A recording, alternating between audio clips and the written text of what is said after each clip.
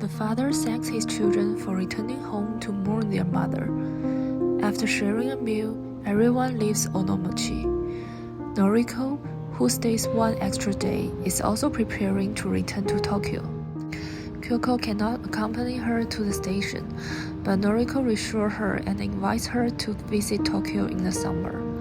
Kyoko says that Noriko is far better than her older siblings, who are selfish. Noriko replies that they all have their own responsibilities. Kyoko disagrees, saying that even outsiders showing more feeling toward the parents. Noriko gently explains that once children grow up, they naturally move away from their parents because they begin living their own lives. People always prioritize their daily concerns. Kyoko feels this makes the parent-child bond too cold, and Noriko quietly agrees. Everyone eventually becomes like this. When Kyoko asks if life is always disappointed, Noriko answers, "Yes, there are so many things that don't go the way we want." After Kyoko leaves, Noriko tells the father she will return to Tokyo that afternoon. The father thanks her and recalls that his late wife always felt happiest at Noriko's home. He explains that she worries about Noriko's future and hopes Noriko won't remain alone forever. If she meets someone good, she should feel free to marry. He tells her to let go of Shoji, who is gone now. Noriko admits that she didn't think about Shoji every day. She calls herself selfish, but the father said she's not. She's simply honest. Noriko begins to cry. The father then gives her his wife's pocket watch as a keepsake. He said that although it is no longer fashionable, if Noriko doesn't mind, she should keep it. Her mother would be happy knowing she used something of hers. He reflects that his own children are less filial than Noriko and thanks her sincerely. Noriko boards the train back to Tokyo, looking at the pocket watch and quietly thinking. Back home, the father is now completely alone.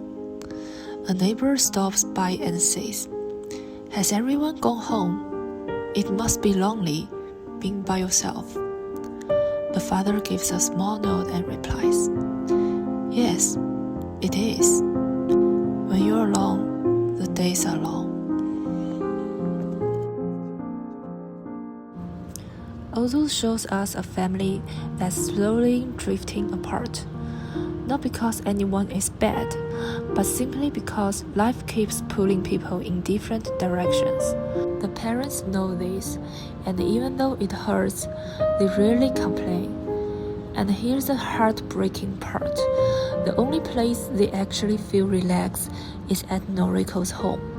As for the children, it's not that they don't care. They probably had dreams and ideals when they were younger, but work, marriage, and everyday pressure have changed them. The mother's funeral forced them to stop for one moment, but the next day, they all go back to their busy routines. Kyoko can't accept this at all, but Noriko explains something very true. Once people start living their own lives, they naturally drift away, even if they don't mean to. And that's one of the film's biggest points. There's a gap, a really painful one, between the life we hope for and the life we actually get. No one can stay in a perfect moment forever. Noriko, who is kind almost to a fault, hasn't moved on in 8 years. The father sees this. He gives her his wife's pocket watch. It's a simple object, but symbolically it's huge. It's like he's telling her it's okay to start living again. So even though the story is about family members who disappointed each other, the film isn't really judging them. It's asking a bigger question. Life keeps moving forward, so where actually do we get to pause? Look at the scene where the old couple tours Tokyo. They passed one tourist spot after another, but they never get off the bus. They just keep moving. And that's basically everyone's in the movie. Honestly, it's basically all of us. Throughout Tokyo Story, Ozu keeps showing movement.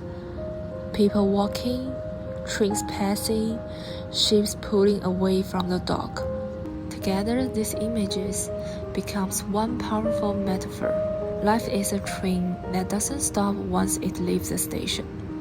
The scenery is beautiful. We want to slow down, maybe take it in. But life keeps pushing us forward. Just when we think we can rest, the next stop arrives, and we have to keep going.